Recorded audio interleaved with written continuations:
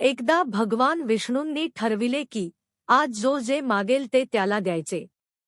सर्वांच्या इच्छा पूर्ण कराव्याच्या. सर्व याचक एका ओळीत उभे राहून आपली पाळी आली की आपल्याला हवे ते मागून घेत होते. कोणी धन, कोणी संतान, कोणी स्वास्थ्य तर कोणी वैभव मागत होते. विष्णू दोन्ही हातांनी भरभरून देत होते. लक्ष्मीने पाहिले की हळूहळू विष्णूचे भांडार रिकामे होत चालले आहे. तेव्हा विष्णूचा हात धरत ती म्हणाली, अशा रीतीने देत राहिला तर वैकुंठाचे सर्व वैभव काही क्षणातच नाहीसे होईल.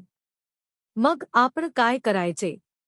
सस्मित चेहऱ्याने विष्णूंनी उत्तर दिले, तू अजिबात चिंता करू नकोस.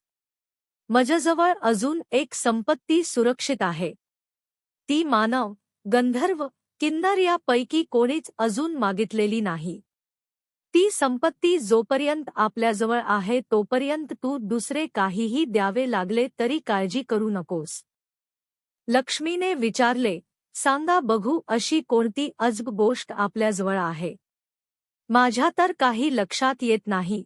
विष्णू म्हणाले, तिचं नाव आहे शांती. जर मनःशांती नसेल तर विश्वातील सारी संपत्ती जरी माणसाला प्राप्त झाली तरी ती आपत्तीच ठरते.